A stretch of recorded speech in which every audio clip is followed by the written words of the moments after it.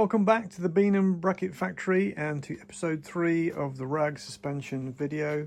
So in this episode, episode 3, we are going to focus on the bracket which connects the axle to the spring and obviously also ties in this rear radius arm. So that's what we're going to get cracking on. So we're now back at the bench and we've got cardboard and pens and rulers and knives and blades, so we've got everything we need. Now this is the Mark 1. I did mention it wasn't going to be strong enough, and I was right. I trod on it, and that's what happened. Folded up. But if you remember, the whole point of this is that it connects the axle. We've got a pivot through here, which is the axle and rose joint, to the spring which goes through here. Now you could have two plates like this, and each one has a hole, and this would do the job. But the trouble is you've got these big side loads going around a corner which are acting in opposite directions. What's going to happen is it's going to try and do that, okay, and bend. So the whole thing has got to be very, very rigid and solid, so that it doesn't try and bend it, and it doesn't start to elongate the holes and all, and basically wear the thing out. So what I'm thinking is, just looking at the bottom bit, I am going to make it like this, but I'm also going to box in the back to make it super rigid.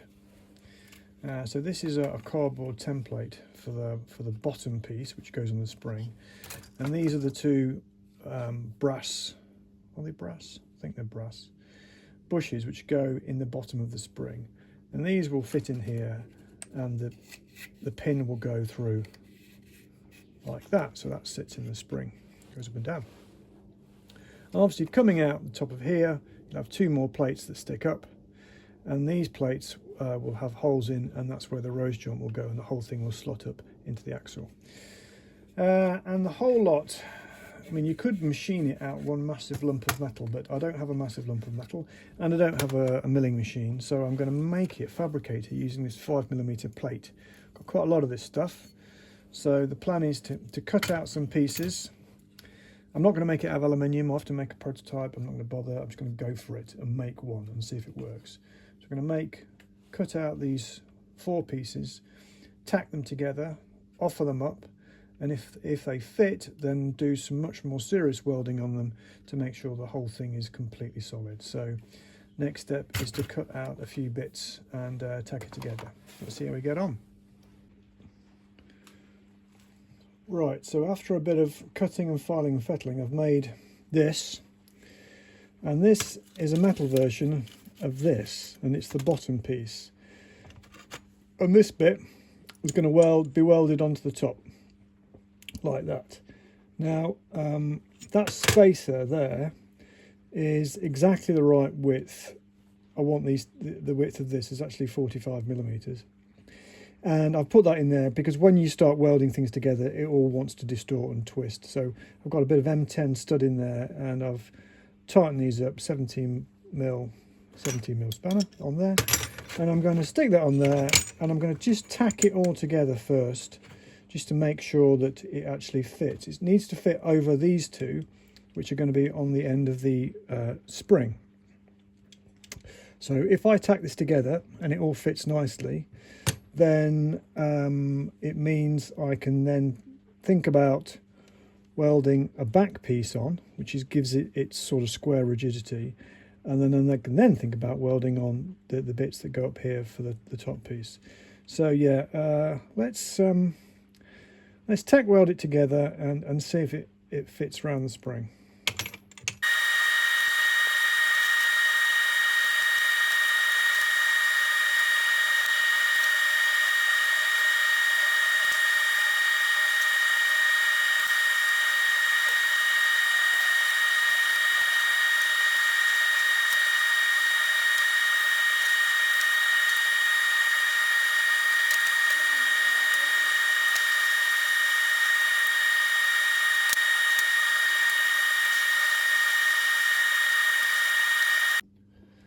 So it's now cooled down enough to hold without using a piece of tissue, which is not an ideal thing to use with a very hot piece of metal. But anyway, All's well that ends well. So it's tacked up. I've tried it on the car. This slides in and out, so that's fine.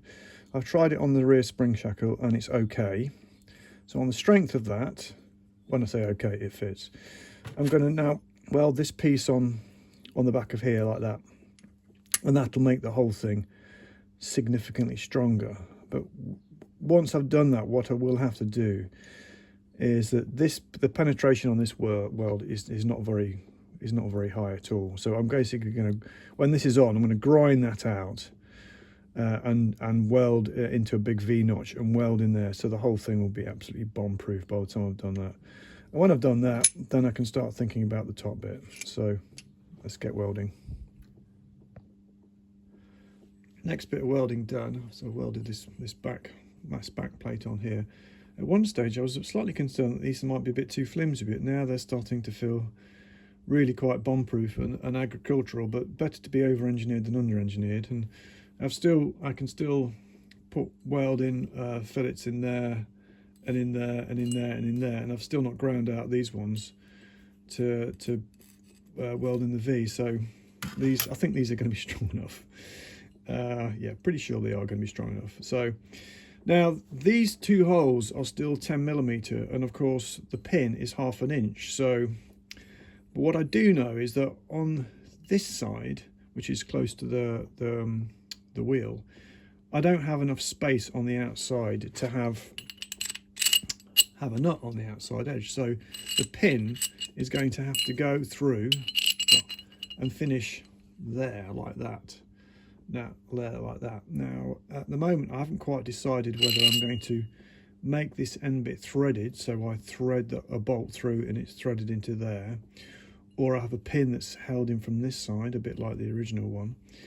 So at the moment I'm going to drill that out to 1/2 inch, and I'm going to drill that out to 11mm, which is the drill tapping size for 1/2 inch BSF. So I'm going to kind of cover my bases. So 1/2 inch, 11mm, and then I'm going to make a pin out of aluminium initially, which is going to go through there and engage the rear spring shackle. So that's the plan next.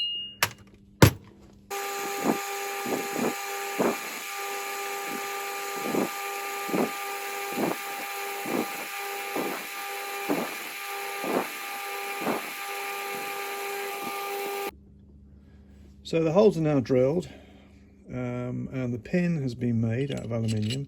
That goes through like that and engages in there.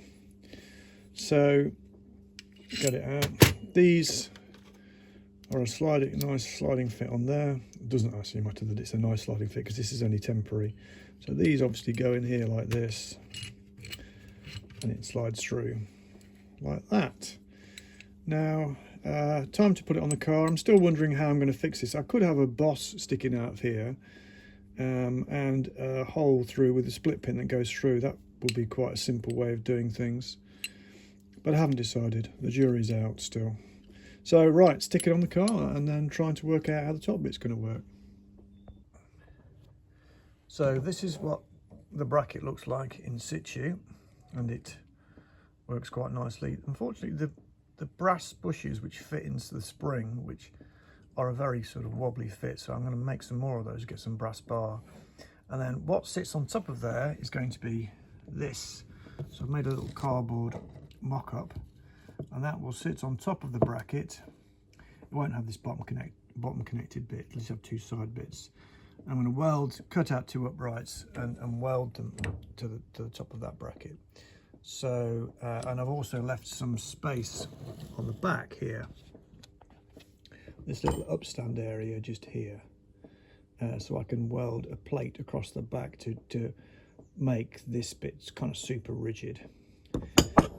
So next step is to kind of cut those bits out and start thinking about tacking them on. So after some more filing and fettling and cutting, I've made these two brackets.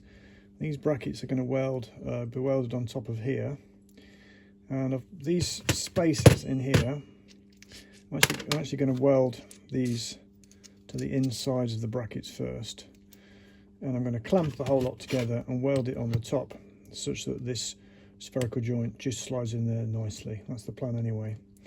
And when I've welded all that up, I'm going to weld a small plate off the back of there just to give it some extra rigidity. I mean, to be honest, with these welded in, you've got loads of bearing area, loads of strength, but what the hell, make it a bit stronger. I might also add some lightness to that as well. So it's just a lot more careful welding now to finish this fabrication. So after much welding and fettling, this is the rear bracket. Now, so I ground out and welded in these, so these are a really nice deep weld now, so that's worked quite well. And then I've welded on these top bits, welded on those, welded on that back bit, and the spherical joint slots in there very nicely. Nice little sliding fit, and that pin goes through like that. So I was a little bit worried at first when I was designing it that it wasn't going to be strong enough, but I'm fairly confident that this is going to be strong enough. Oh, also I have added some lightness. Look, it wouldn't be an Austin 7 if it didn't have a few holes in it. So there you go. So I'm going to just offer it up onto the car now, make sure it fits. So let's do that now. So there it is in situ, and I'm quite pleased with how it's turned out. It fits quite nicely. Everything's lined up, everything's slotted into, all the pins slotted in quite easily, which is a relief. But of course, there's still plenty to do. We need to sort out how this pin is going to be retained. We know it can't protrude through the end of there, and I've got an idea of what I'm going to do on the other side. Got to make new brass top hats for the bottom because they're too loose in the spring. I need to make some brass thrust washers which are going to go in between the axle and these two uprights. Of course, I've got to fabricate or finish fabricating this rear arm. That needs to be, well, I need to make that out of steel. I need to weld it to that. And of course, the big elephant in the room is this. It's a very large aluminium elephant. And the issue is going to be how that actually bolts back on there, because at the moment it fouls on this new piece that I've made. So I'm going to have to do some relieving of metal to make sure that that doesn't foul anymore. So I think that's all going to be in the next episode or two. So that's all for now. Check back next time to see how I'm getting on with all the other bits and bobs. Cheers for now.